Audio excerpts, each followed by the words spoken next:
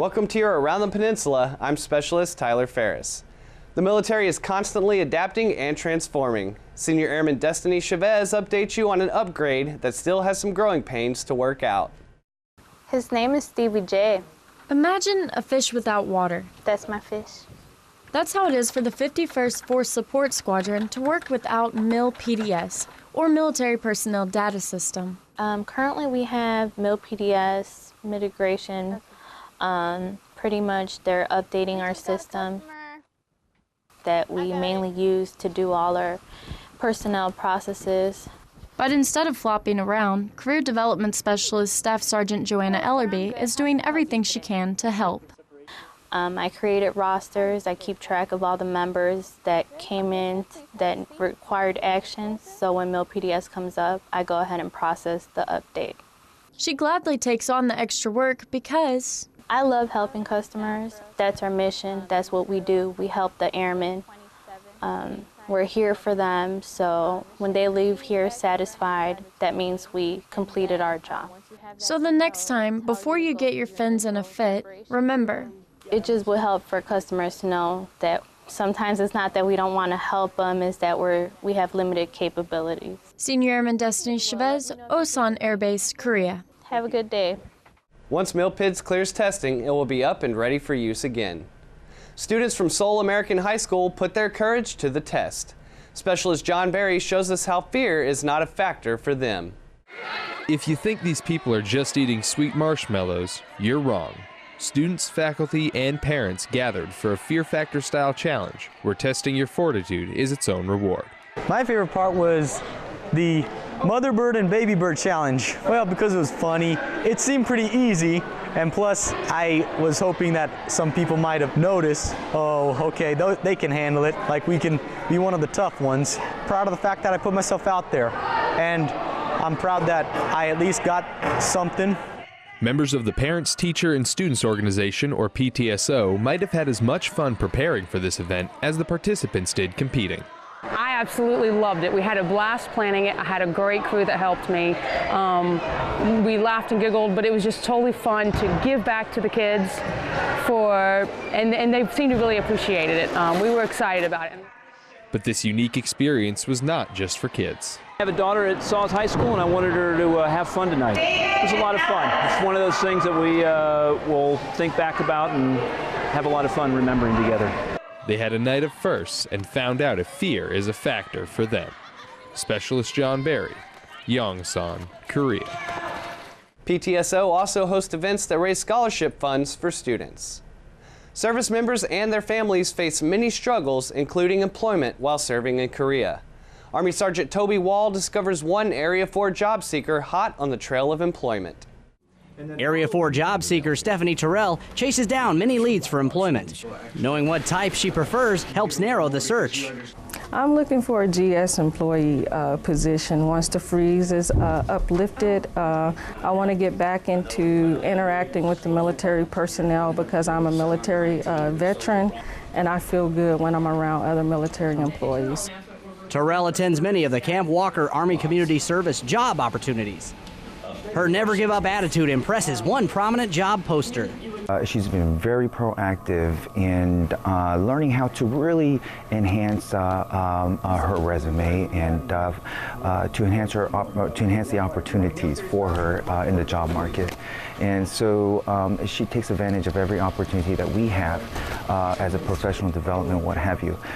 Constant vigilance is fundamental to Terrell's job searching. Coming here, Joe, he was so friendly. He was, he was wanting to help me, and although I called him once a week and then I came up to see him, he was probably like, man, Mr. Terrell's back in my office again. The USAG Daegu Employer Assistance Panel introduced Terrell and several other job seekers to a new way to search for employment.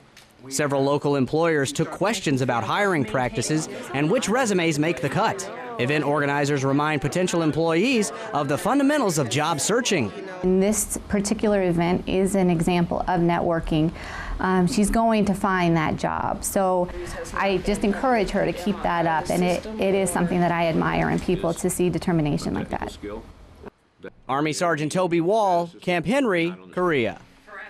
Organizers of the USAG Daegu Employer Assistance Panel encourage job seekers to gain all the knowledge they can before the job fair in June. Child, Youth, and School Services are always looking for new people to work with kids. Army Sergeant Sam DeLeon finds something different in the School Age Center. Child, Youth, and School Services, or CYSS, held a job fair at the School Age Center. The purpose of the job fair is to hire applicants in a speedy manner. We're trying to streamline the hiring process and cut out some of the different procedures and processes that typically take a little bit longer to bring people on board. The interviewers stress that the most important requirement for the job is to love the kids. Basically, the managers of the various programs are looking for innovative, energetic, creative people who want to work with children and be a part of the children and youth growth and development. The interviewees also voice a variety of ideas about caring for kids in the job interview. Caring, being giving of myself, caring about children, caring about the program and the service that CYS provides. Just want to give of yourself. CYSS holds the job fair twice a year and is always recruiting new members. They also plan to hold the next job fair at the end of summer, prior to or right after the start of the school year. Army Sergeant Sam DeLeon, Yongsan, Korea.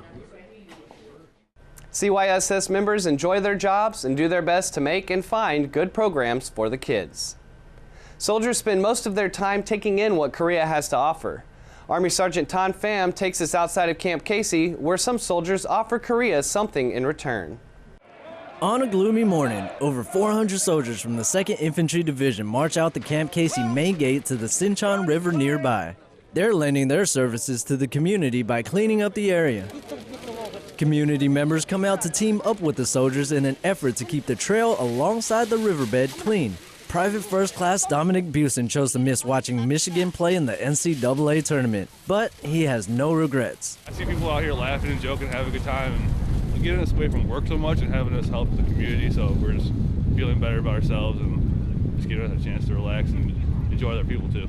Community members like Kang Duck Hwang says when the locals see how hard the soldiers are working, there is a sense of gratitude silently expressed. This is great for the community. I was out here for this event last year, and the turnout this year is even larger. It's great, and it makes me wish this was a quarterly event instead of yearly. I think it makes them feel better. It makes them feel closer to us, and it gives us more of a reason to be here if we're actually helping someone too.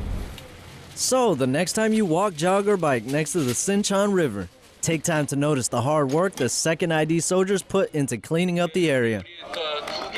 Army Sergeant Tan Pham, Camp Casey, Korea. The Riverside has roads for bikers that go on for over 20 miles. She's a paper pusher. The heaviest item on her desk is a stapler. But after work, she spends hours in the gym trying to lift twice her body weight. Senior Airman Nancy Kasberg introduces us to one motivated airman. When I walk into the box and it's empty, everything in the world shuts down. I love listening to the bar clicking against the waist. It's just one of those noises where it just makes me drive and pull it over my head. I just love it. I first encountered CrossFit in Kuwait when I was deployed in Ali Asalim. It made me a better person for a lifetime. It's a life-changing experience. It's not just a workout to me now. It's my life. I work out every day because I'm actually training for the Asian CrossFit Regionals. In my mind, I'm gonna tell myself to just be better than myself and to tell myself, hey, it's another day in the box, Lori. Airman Ballesteros is competing for a spot in the Asian CrossFit Regional Competition in May. That was your Around the Peninsula for Thursday, April 4th. From all of us at AFN, enjoy your evening.